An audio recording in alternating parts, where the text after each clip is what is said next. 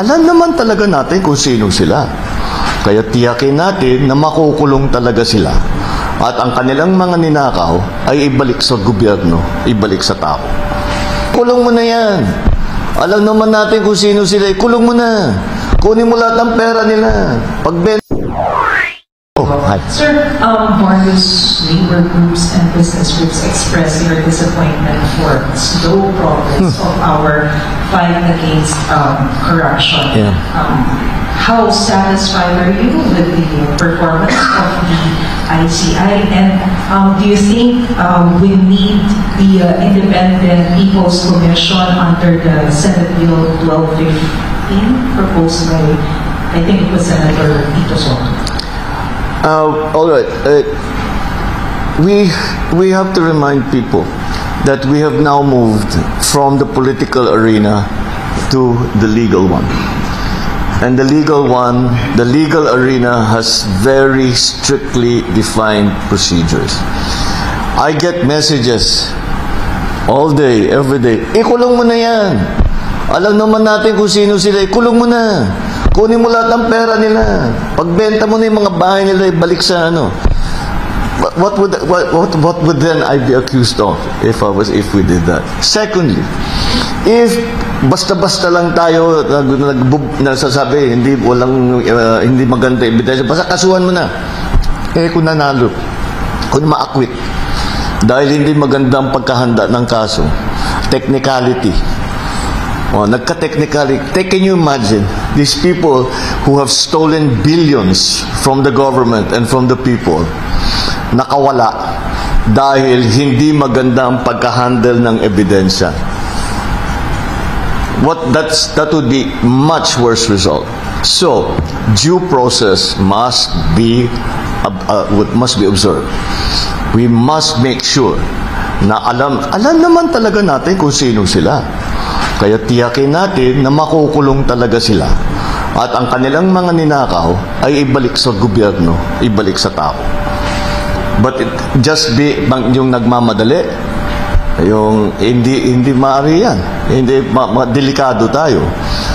Kaya natin sabihin ko sa pulis, dakipin nyo na yan. Basta ikulong nyo, bahala na. Anong mangyayari doon? Sira yung kaso natin, and you cannot charge them again. There is that principle of double jeopardy in the law. So, what is more important?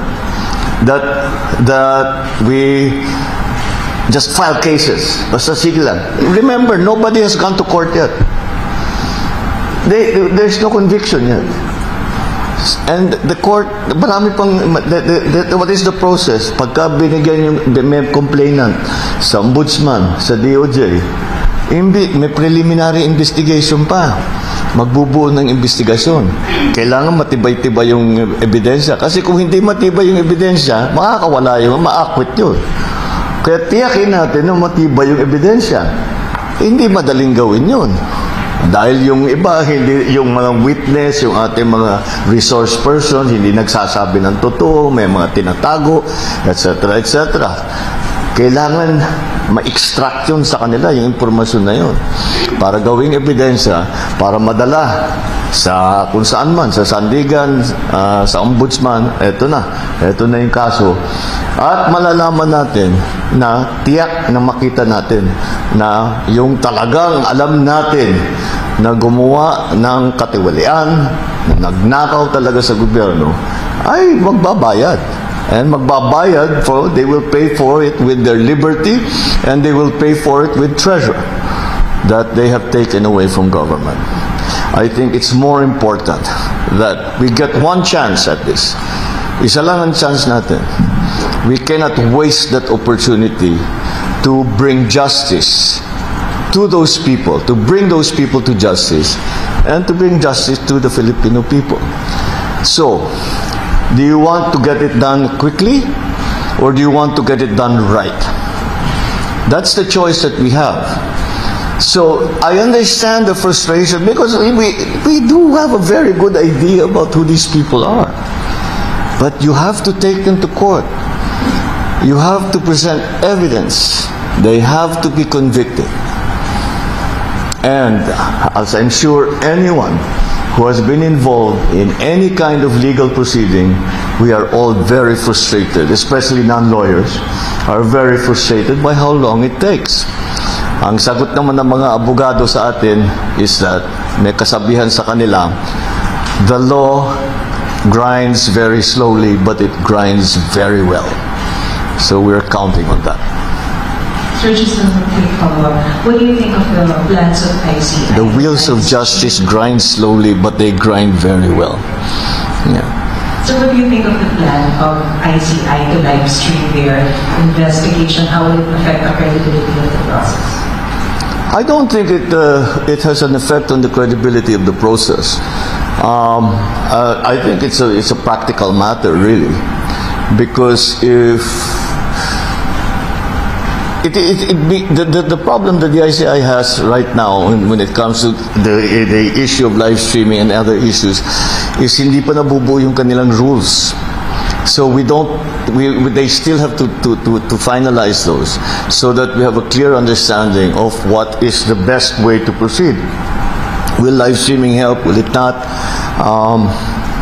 So we just have to wait for the ICI to make that decision for themselves. I have an opinion, of course, but talagang ang gusto kong makita ng tao, hindi ako nakikialam, the executive, the government, hindi nakikialam dyan. We provide them a budget and we allow them to run everything the way they want, to hire the people that they want, and yung mga substantial matters ay nasa sa kanila yon. Kaya talagang rinirespeto namin yung unang I, independent Commission on Infrastructure. Let us make sure we are making sure that they are truly independent. So those decisions have to be left to them. Thank you, Mr. President. The next question from Christian. Sir, with the world's attention on the Philippines as the ASEAN chair, how do you respond to the concerns that domestic corruption issues could overshadow the country's leadership in the regional south, sir? We do not allow those local political issues of any member state to intrude into what we are trying to do. That's my experience so far. Hindi kami nakikialam sa bansa, sa ibang bansa. We talk about ASEAN, and whatever is happening in other other countries who belong to ASEAN, it doesn't really enter into our conversation. It does not make a difference to the directions that we would like to take, the initiatives that we would like to make. So, hindi siguro, in my experience so far, kasi alam naman natin, yung mga ibang bansa, wala pa naman tayo, hindi pa naman tayo, may konting gulo dun sa kanila, may pumutok na issue sa kanila, pero hindi pumapasok sa usapan. Pagka nasa plenary na kami, pinag-uusapan natin ano yung gagawin natin sabay-sabay. Because it doesn't matter for the decision making of ASEAN. I'll turn that around. The only thing that matters to the decision-making process in ASEAN is what each member is willing to do and agrees to do. If they agree on the concept, this is what dito tayo, lalapit tayo dito sa bansang ito, whatever it is. Or we'll open up a center for cultural exchange. O kung sumang-ayon lahat, sumang-ayon lahat. Walang kinalaman kung ano yung sitwasyon nila dun sa local.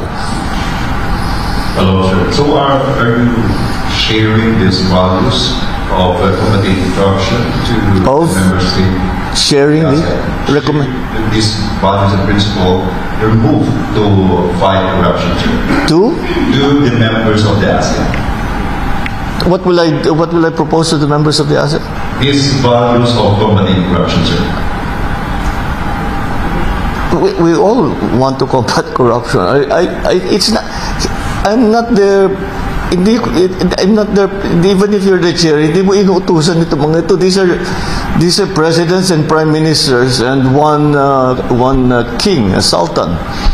So it's not in our. We have no place to tell them that this is what you should do. This is what you should not do. Maybe the most you can say is that I believe ASEAN should head in this direction.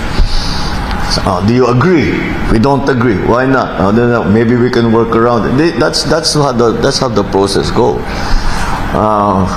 Can you imagine if we started telling them what to do? Wala na, sira na yung buong sira na yung buong proseso.